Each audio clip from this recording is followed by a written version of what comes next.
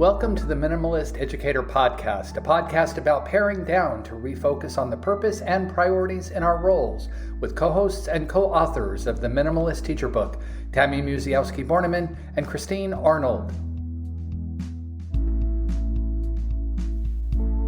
In this episode, Tammy and I have a chat about building teacher capacity. We discuss what it's all about, why it's important, and some strategies we can use to get there. Welcome to today's episode of the Minimalist Educator podcast. How are you today, Christine? I am great, Tammy. How are you?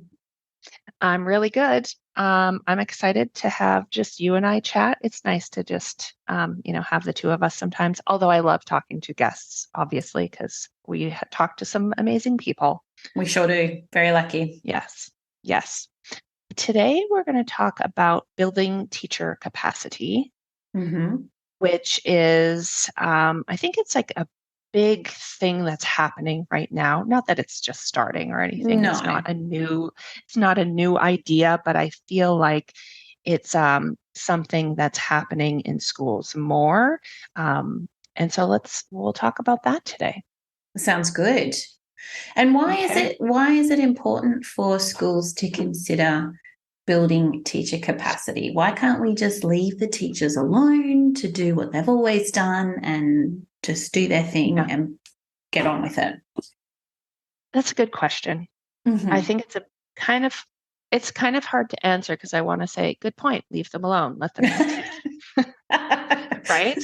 Yeah. Like just let them focus on planning good learning experiences and getting to know their students and just teaching. But we know that's not the reality of a teacher's role. Because I think that, first of all, teachers are so much to their students and their colleagues. And by that, I mean, like you show up every day to teach and model and share experiences with and help develop skills. And it's not just a job you show up to. Right? Like you have to be really prepared because you're doing a lot of peopling, right? All day long. So you have to enjoy people, first of all. Preferably, yeah. Yes. But teachers are really like in this place where you do have the potential capability to like help change people's lives. And that's a pretty big task. So if teachers are solely focusing on just teaching, we're missing opportunities, I think, in a couple of ways where there's amazing teachers that have so many great skill sets that we need them to share that with other teachers. Absolutely. Because, yes, they might be amazing teachers, but also like they work really well with their teacher next door or their grade team or whatever. And we need strong teachers to share those skills and help not just build their capacity as a teacher leader, but bring that into other people's lives as well. So we're not just talking about, improving student lives, but each other's lives as colleagues. I think as well, the world is rapidly changing these days. Well, it has been for a while now, to be fair. Right. And I think in a way, teachers are really on the front line of that. The advances that are being made in the digital world, the kinds of jobs that our students are going to be facing when they go out into the world. These things are changing and changing rapidly. And there is some sort of responsibility on our shoulders for assisting with that, supporting with that changing world. Unfortunately, I don't think we can, as professionals, just continue to do what we've always done in the way that we've always done it, and expect to still have the same results when everything around us is changing so much. Right. Yeah. No, that's so true. I often wonder about teachers in, when we were growing up, did they just focus on purely teaching us? And like teaching was different then too, right? I don't really remember being overly engaged in what I was learning or having like really engaging learning experiences. But I wonder, was there the same focus then as there is now to develop teacher leaders in roles? And if would school have been different then? And I have no idea. I guess I could reach out and ask some old teachers that I had. It would be really interesting to know.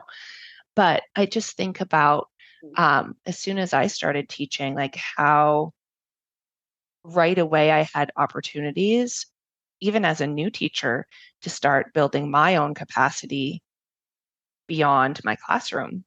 Mm-hmm. So, like, I worked with the literacy consultant when I started teaching in Edmonton. I worked with the science consultant at our district, and I went to all their workshops and all their things. And then I had the opportunity to like share that with my colleagues at staff meetings. And like as a new teacher, that can be super daunting, right? Because you're just like learning to teach. Mm-hmm. But now, like, you're teaching your colleagues who are more experienced than Mm-hmm. you, have, ways of doing things. And so I know I'm kind of like going on a different path here, but it just made me think about how um, when all teachers, no matter how much experience they have opportunities to build their capacity, it's going to strengthen the school community because Mm-hmm. we're sharing skill sets and helping each other reflect, and you get the feedback too. So I think it's helpful when we open ourselves up to those kind of opportunities because it really does shift practice and help, even though it's scary, right? It can be Mm-hmm. scary to like Mm-hmm. take on some kind of leadership role or like peer teaching or coaching or something like that, because we do feel pressed, but and it's different skills, but it can really strengthen a community when you know that you can go and rely on like, oh, Christine's really good at doing this, so I'm going to Yeah. go check in with her on Mm-hmm. that because I need help with that. And I think that just really creates a positive learning culture for adults in a school. For sure. I know the schools that I've been in where it is like that, where Mm-hmm. we are encouraging each other, sharing with each other, collaborating with each other. I am way more engaged in what I'm doing, more excited about being in education. I work harder for the school, like all of those things, Yeah. tick, tick, tick, for sure. And the Mm-hmm. schools where it has been more siloed off and you're kind of doing your thing on your own, I can definitely feel myself getting more switched off and looking for, that challenge in other areas of my life instead, for sure. I mean, that was Yeah. such a perfect example when we were in Singapore, the group of people that we were with. We were Mm-hmm. so encouraging of each other, and all of Mm-hmm. us, we did so much during our time there. We were on committees and Yeah. this group and that group, and we were presenting on the weekends and holidays and writing articles and all the rest of it because we were all encouraging each other and having these rich discussions all the time. It was a perfect example of that. Yeah. Yeah. It was a very enriching experience to be able to do that together. And it doesn't feel like work because No. you're enjoying it, right? Like it's very enjoyable when you find the right people to be able to help build your skills and like feel comfortable saying, I need help with this. I'm not really sure about this, but like I know that I can go to you or to whoever, Mm-hmm. um, to help me build that within myself because I do want to get better at it. And when we're siloed, like you're in a tunnel, and that's not a good place to be because Mm-mm. you do feel very detached from your community.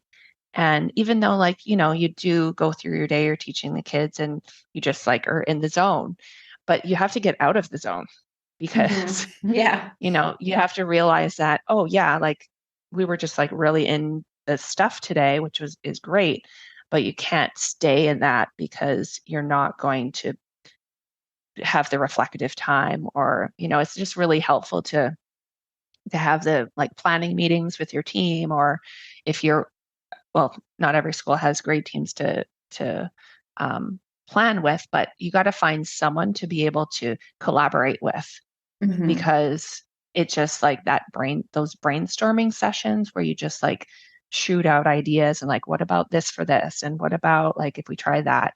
It's just really helpful. And it's just so much more engaging, I think, Mm-hmm. for teachers when you're like helping each other develop these skills simultaneously, right? For So it's like sure. different. It's different from like, oh, we're having someone come in to do this workshop for us, which is like has its time and place. But like we always say, like your best resource is the teacher next door, Mm-hmm. which may be very true, right? So it's like draw on the people that are right down your hallway to help you with like talk over a lesson, like, oh, I planned this and it went like really terrible, so like talk me through, look, can we talk about this, because I want to do it again, I got to redo it, but it's got to be better. Mm-hmm. So you Yeah, just for really need sure. that time. Yeah. Yeah, so we've talked a lot about collaboration and working with all the awesome people around you. And Mhm. obviously, there's professional development that we can do. So, what are some other things that you think are really important that we can do that enable us to build our capacity as teachers?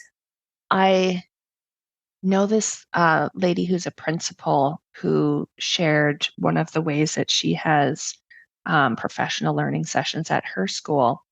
And it's kind of like, I forget what she called it, but teachers would sign up to like share their strength or specialty or like thing that they were good at in like these Mm-hmm. mini sessions. Mm-hmm. And so like you got to experience like if so and so is really good at with like Google Classroom or something. So like you could go to her session. It's kind of like a ed camp almost, where people Mm-hmm. just like go and they're like, oh, I'm going to present on this, and you can show up and it can be a discussion or a presentation or whatever it needs to be.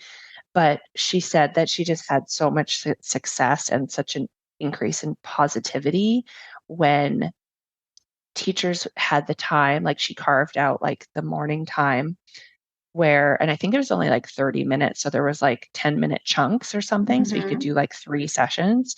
But she's like, it just was such a great thing to just build right into the day. So it was not an add-on, but it was in the scheduled day. And teachers were just so excited to share what they were good at and Mm-hmm. like help their colleagues learn something new, and then know that like, oh, if I need that, I can go to you because that's what you shared with us. And she's like, I never was short of people who wanted to present something. So when you give, what's that movie? Field of Dreams, like if you build Mm-hmm. it, they will come. Like it's true, right? Yeah. Um, if you open up a space for teachers to share, they will come and do it, and they'll be happy to do it. They won't feel pressed or pressured or like, ugh, this is just another thing that we have to do, because it's people like willingly and voluntarily sharing what they want to Mm-hmm. share. For sure. And again, it's Mhm. that piece of having ownership over what you're Yes. doing, right? Like we know Yeah. it with the students as well. As soon as people have choice and agency in what they're doing, they're going to be way more engaged and Yeah. involved in what's going on than if they feel like they have no choice and they're just being told to do something. So I think Yeah. if you can set up communities like that, cultures like that, where people feel Mhm. like they have a choice in what they're doing, a choice of how they're spending their time as well, Yeah. then that is really going to be beneficial to building that teacher capacity. Yeah, for sure. And when work doesn't feel like work, like people are happy, Oh, because it feels so fun. true. It just So feels, true. yeah, it feels so much fun, like so much fun. And I was saying to our friend Nicole, like, we were talking about curriculum planning. I'm like, if people just made that process more fun and engaging, and like you had a little bit of like agency in that, people would actually enjoy it, because can be a really fun process to like just brainstorm and share ideas and like know that it's this nebulous big thing to start with, but you're going to whittle it down to like this really great learning experiences for your students. But a lot of times we think like, ooh, curriculum planning, oh, we gotta, it's not that fun. What? Because I think Are you kidding me? Well, it's like my favorite thing to do. I know. Is that just me? Am I the only one? No, it is a fun process, but it's like, it can feel so daunting and like not fun. But it is like, if you break it down, like it can be lots of fun. And I know that we're like totally nerding out about that kind of thing, but well, yeah, I think that might be what's going on there. Is so I'm just a curriculum nerd, but that's okay. That's all right. There's just so many opportunities for great teacher thinking and collaboration when curriculum planning that, and I know not every school has that freedom or like the ability to do that, but like if you do, enjoy it and rejoice in it, because it's like such a fun experience when you have a great team to plan with. Yeah. And just, like that's so much capacity building in there, because you really get to know like how people think. It's For really, sure. it's so interesting. It really is. So do we have some pare down pointers, Tammy? I want to go back to, if you build it, they will come. I think that's the pare down pointer there. Like just provide the opportunities for people to be able to develop skills and share it and collaborate, and people will be happy to do it with some agency, right? And flexibility. You? Well, I really want like a movie quote now for no, I know.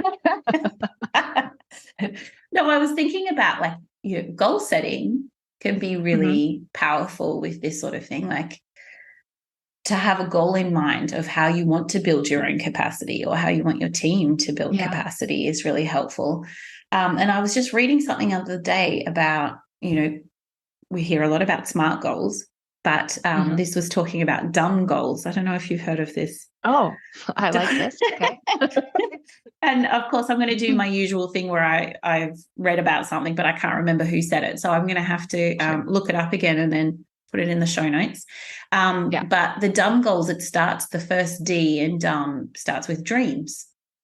And so it's really that big goal setting idea based around what you're passionate about, what you dream about. And I think sometimes the SMART goals are missing that a little bit. It feels a little bit more clinical and missing some of the motivation. So I kind of liked the dumb goals start with your dreams, because that, it's quite aspirational to think in that way rather than just what can I tick off and when. Right. Yeah.